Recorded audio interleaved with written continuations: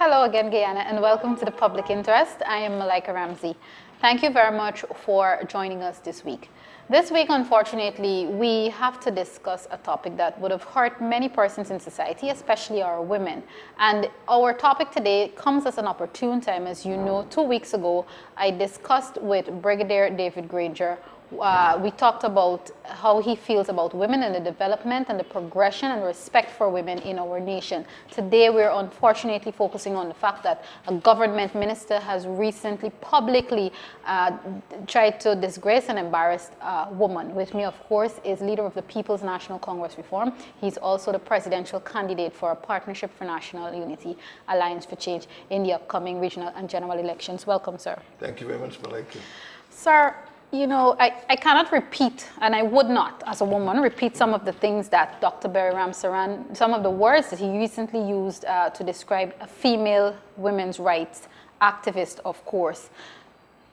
Threatening physical abuse, threatening to slap the woman in addition to what he called her. Before we even discuss this issue of what seems to be the vulgarity in our nation, first of all, your thoughts on the incident. The incident, unfortunately, is symptomatic of other things we've seen in the People's Progressive Party civic administration over the last 23 years. Although it is, I suppose, disappointing, in a way it's not surprising, because Dr. Ramsey is part and parcel of the PPP civic, but he's also clearly an adherent to some type of low political culture that administration has become accustomed to. But the Guyanese people could never become accustomed to that. So I feel that it is typical of some of the PPP ministers, too many of the PPP ministers, and it's something that we can do without in Guyana. What does it say to you when, I mean, it's wrong, it's something that's very wrong to do in a normal season, but what does it say to you when person who is not only a minister, he's a candidate, they're running for elections, they're asking Guyanese to vote for them, they're asking Guyanese women to vote for them. What does it say to you when that person is going to do that in a season such as this one? It shows that the PPP is completely divorced from reality. They've been in government for 23 years, and they feel they can say and do anything to the people of this country.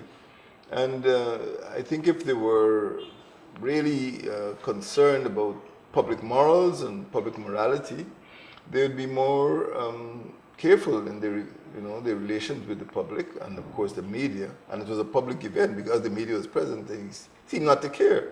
And this is typical of the behavior of the PPP. They've just been in power for too long, and they've just grown so arrogant that they feel that they're untouchable.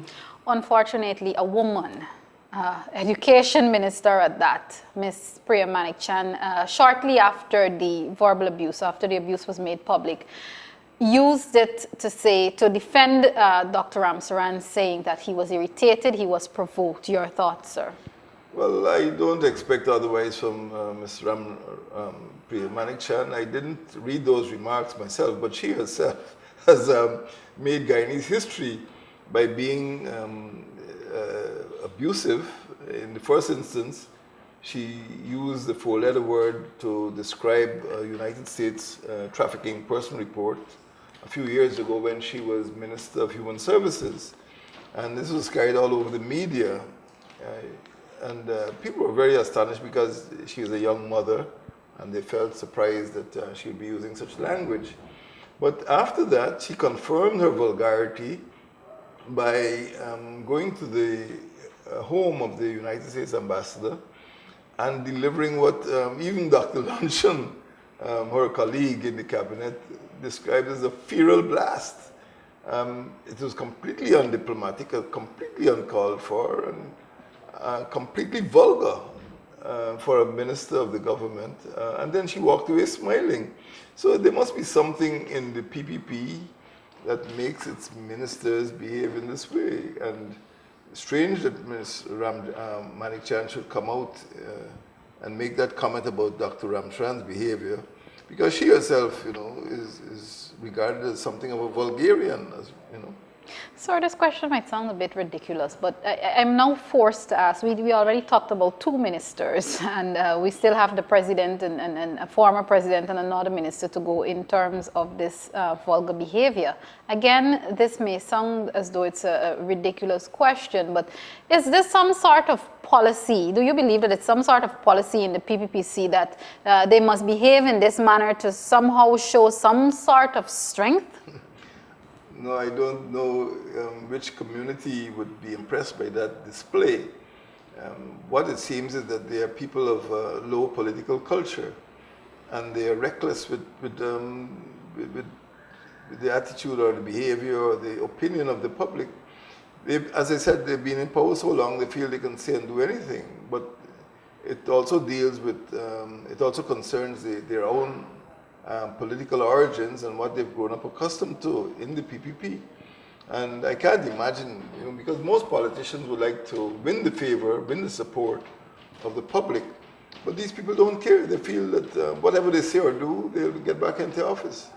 So that is, I think that is part of the problem. In saying all of that, let's come to Mr. Nandalal's, what we're calling sex solicitation phone conversation. Had he been sanctioned for that, do you believe that it would have somehow stopped Mr. Ramsey from taking this recent path? I do agree, yes. If when Priya Manichan described the United States trafficking person report as crap, if she had been stopped, if she had been removed from the cabinet, it would have sent a message to the public, but more important, it would have sent a message to her colleagues in the cabinet that you cannot abuse or use that quality language or that type of language in public.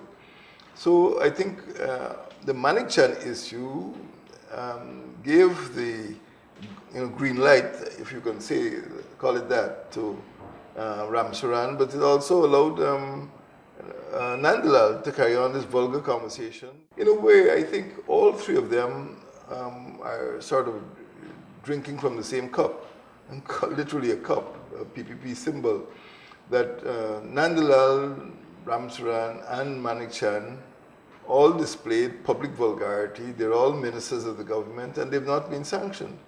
So there must be some high degree of tolerance inside the PPP for this type of behavior.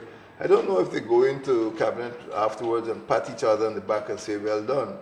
But the public that I'm accustomed to is really offended by that type of language. And it, as I said before, it shows a low political culture. Let's talk about the two presidents now. One was accused of abusing his wife, in plain words, throwing her out. And another president, and this is not just an accusation, we all heard the recording, another president was heard saying that the same former president who threw his wife out would have slapped him. He would basically cheer on a former president for slapping a citizen. Your thoughts, sir? Well, I think most of the problems we have in the present cabinet, the PPP cabinet, have arisen out of the behavior of Brigadier when he was president. And Brigadier seemed, in a perverse way, to use the Babu John annual commemoration of the death of President Jagan. It's usually held in March, as a forum for abuse. And he would call people names, he would tell lies, he would accuse people of all sorts of behavior without providing any evidence or any proof. And maybe because he was president at the time when Priya Manichan came in the cabinet, when Barry Ramsaran came in the cabinet, when Anil Nandalal came in the cabinet. So maybe, although he was president, all three of them were younger than he was, so they probably looked to him, even though he was young, maybe as a father figure. And he said, hey, if the president could get away with this, maybe we could try it too. So I regard him as the father of all abuse, because he has set a pattern, he's just set the tone of misconduct in the People's Progressive Party Civic Cabinet. And if you look back over the years at what Brigadier has been saying at Babu John every March, it's painful but he seems to have no qualms, about shouting and abusing and carrying on. And he's obviously got a bad temper. And I think the younger ministers who came in, Ramsaran, Manikchan, and Nandalal, probably imitate him and feel, hey, we're doing it too, only a little better, or maybe a little worse, I should say. And that indeed is sad. Sir, how has this PPPC cabinet vulgarity affected our nation? Well, just look at the present president. He went to Aishalton last December, and I remember the date very well, the 3rd of December, because it so happened that it was the anniversary of his installation as president in 2011.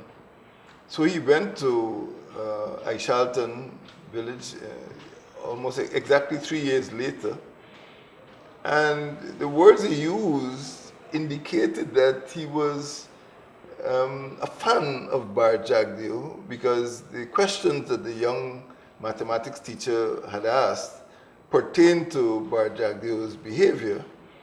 And he said, he called the man stupid. And he said, if Bar Jagdeo was here, he would have slapped you. And of course, this was followed up by a rail slap by the presidential guard.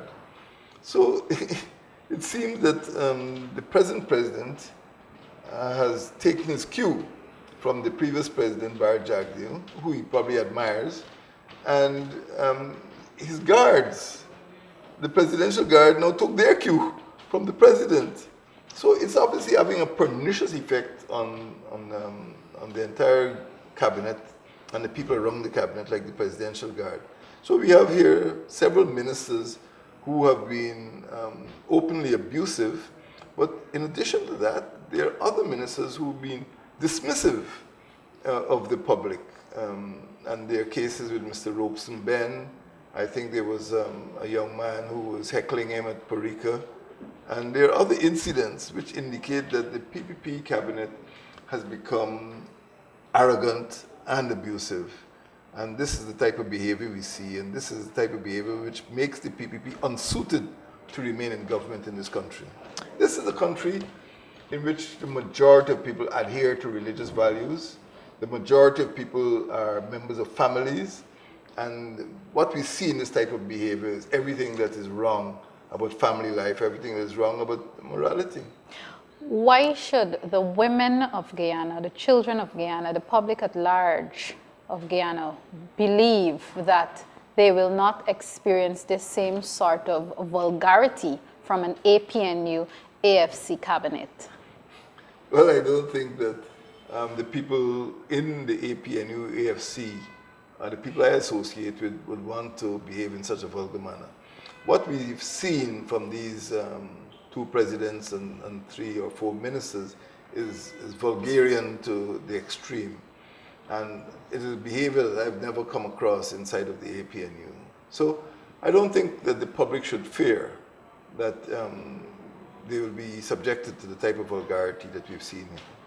Okay, sir. And just to come back to where we began this conversation before we have to begin to wrap up, how would you use this recent incident? And it's not, I should jump in here and say that it's not only being used for political purposes, for political gain for APNU AFC. The fact is women in our society and even some men are offended by what Dr. Ramsaran would have said. But sir, how would you use this to remind the people, to remind our citizens, to remind our women why it is important to not give the People's Progressive Party Civic their vote come May 11, 2015? Well, the evidence is there. It is plain that the PPP ministers are, those that we've referred to are vulgarian, that they would project the same lack of values in the cabinet functions. And this probably explains to a great degree, more than people have realized before, why this government is so incompetent. Because they have no political culture. They have no respect for the public. Okay, and finally, sir,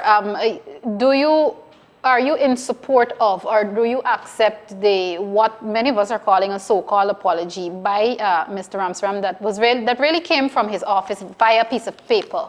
That was no apology. I don't accept it.